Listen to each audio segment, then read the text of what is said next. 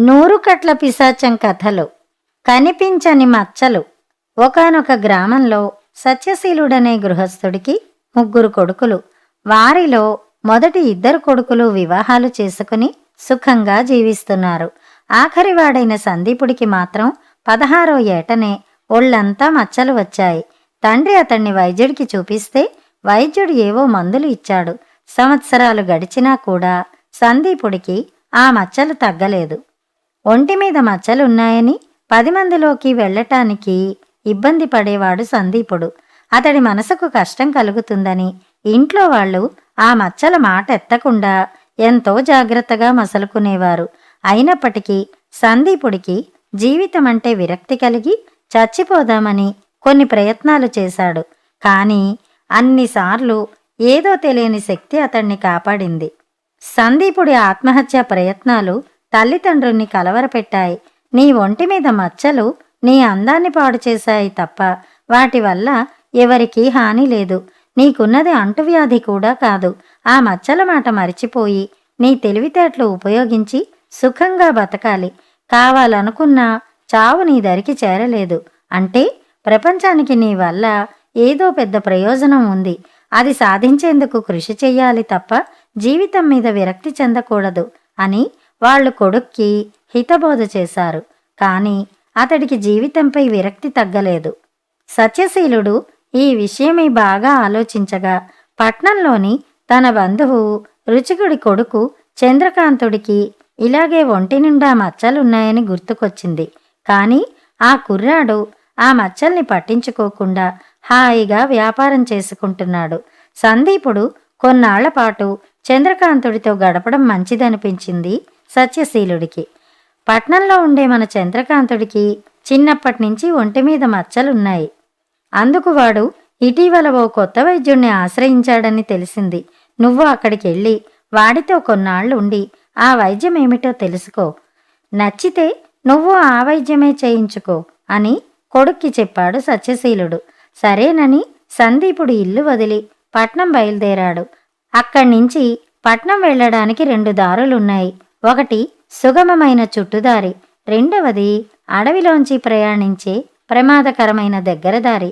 అసలే జీవితాశలేని సందీపుడు అడవిదారినే ఎంచుకుని పట్నానికి బయలుదేరాడు. కొత్త కావటం వల్ల కొంత దూరం నడిచేసరికి దారి తప్పిపోయాడు. ఎంత నడిచినా దారి తరగడం లేదు. నడిచి నడిచి అలసిపోయి చివరికి ఓ కొలను దగ్గర చతికిలబడ్డాడు. కాసేపటికే అతడికి ఒళ్ళు తెలియనంతగా నిద్ర పట్టేసింది. ఆ నిద్రలో సందీపుడికి ఓ కల వచ్చింది. ఆ కలలో ఒక దేవతాపురుషుడు కనిపించి, సందీప, నీ అదృష్టం కొద్దీ ఇక్కడికొచ్చావు.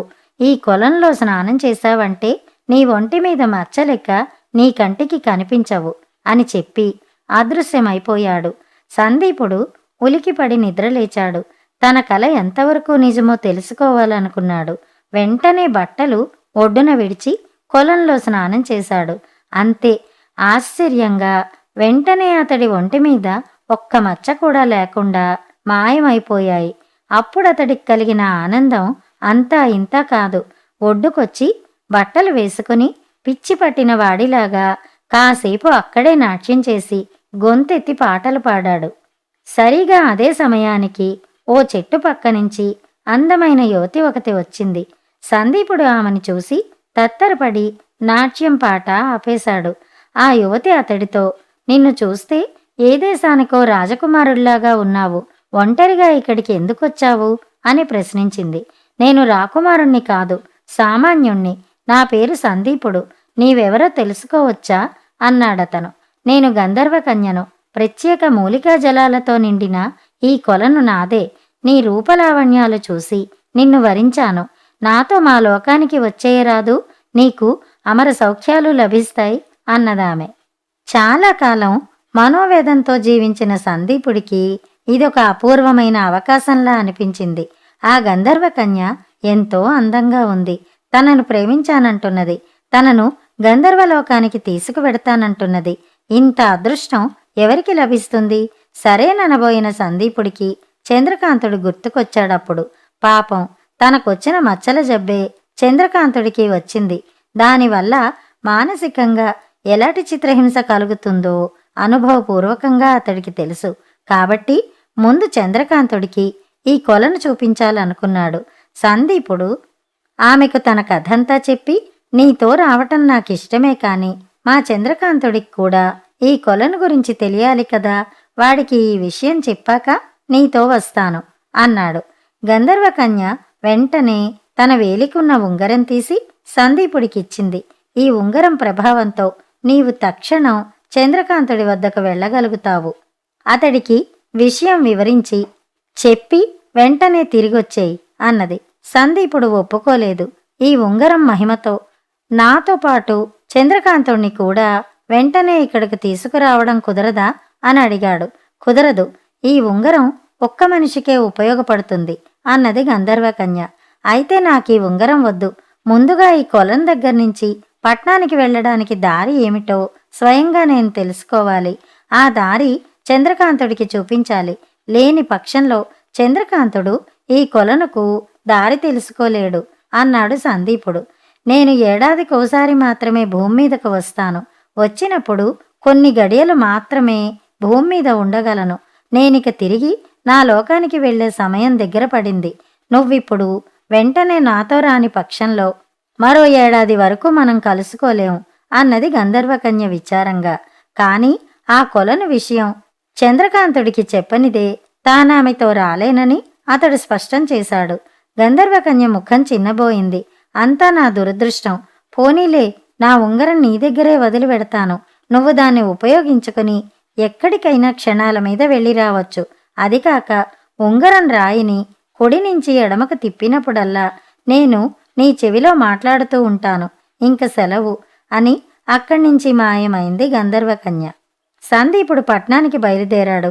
దారి సరిగ్గా తెలియకపోవటంతో గంధర్వకన్య చెప్పినట్టే ఉంగరం రాయిని కుడి నుంచి ఎడమకు తిప్పి చూశాడు.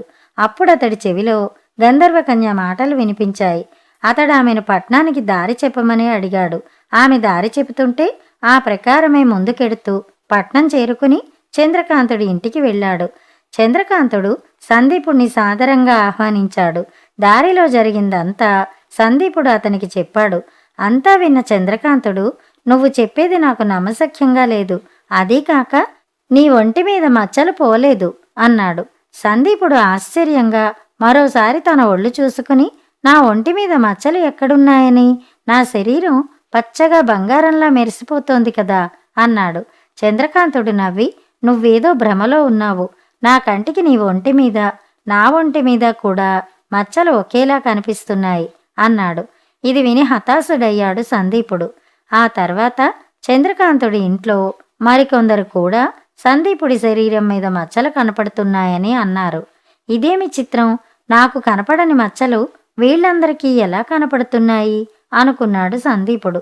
ఓసారి కలలో కనిపించిన దేవతా పురుషుడి మాటలు మళ్లీ గుర్తు చేసుకున్నాడు. కొలంలో స్నానం చేస్తే నీ ఒంటి మీద మచ్చలిక నీ కంటికి కనిపించవు అన్నాడాయన. అంటే ఆ మచ్చలు తన కంటికి కనపడవు తప్పితే ఆ మచ్చలు తన ఒంటి మించి మాయం కాలేదు. సందీపుడు తన ఈ ఊహను చంద్రకాంతుడికి చెప్పగానే అతడు ఆశ్చర్యపడి, ఇది నమ్మశక్యంగా లేదు. కాని మన మచ్చలు మన కంటికి కనపడకపోతే అది ఒక అద్భుతమే. నన్ను ఆ కొలను వద్దకు తీసుకువెళ్ళు అని అడిగాడు. సందీపుడు తను తెలుసుకున్న అడవి మార్గం ద్వారా చంద్రకాంతుణ్ణి ఆ కొలం దగ్గరికి తీసుకెళ్లి స్నానం చేయించాడు. ఆ క్షణం నుంచి చంద్రకాంతుడి మచ్చలు సందీపుడికి కనబడుతున్నాయి గాని చంద్రకాంతుడికి కనబడ్డం మానేశాయి. ఇది చాలా విచిత్రంగా ఉంది.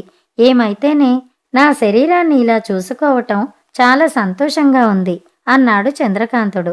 ఇద్దరూ తిరిగి పట్నం చేరుకున్నారు. నలుగురికి కనబడితేనే తన మచ్చలు తనకి కనపడనందుకు చంద్రకాంతుడు చాలా సంతోషంగా ఉన్నాడు.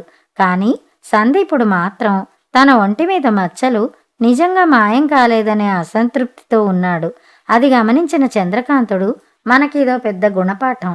మన కంటికి మనం బాగా కనపడినంత మాత్రాన మనలో లోపాలు లేనట్టు కాదు. మన లోపాలు ఎదుటి వాళ్లకు కనబడతాయి. ఈ విషయం గ్రహిస్తే చాలు, జీవితంలో మనకిక ఏ కష్టాలు ఉండవు అన్నాడు సందీపుడితో. సందీపుడికి ఇది నిజమే అనిపించింది. ఆ తర్వాత పట్నంలో అతడు చాలామంది ఇళ్లకు వెళ్ళాడు. చాలా చోట్ల చాలామంది అతన్ని చిన్నచూపు చూశారు. తన ఒంటి మీద మచ్చలు ఉన్నందువల్లనే వాళ్ళు అలా ప్రవర్తిస్తున్నారని తెలిసి అతడు సహించి ఊరుకున్నాడు. అయితే ఒక విచిత్రం జరిగింది.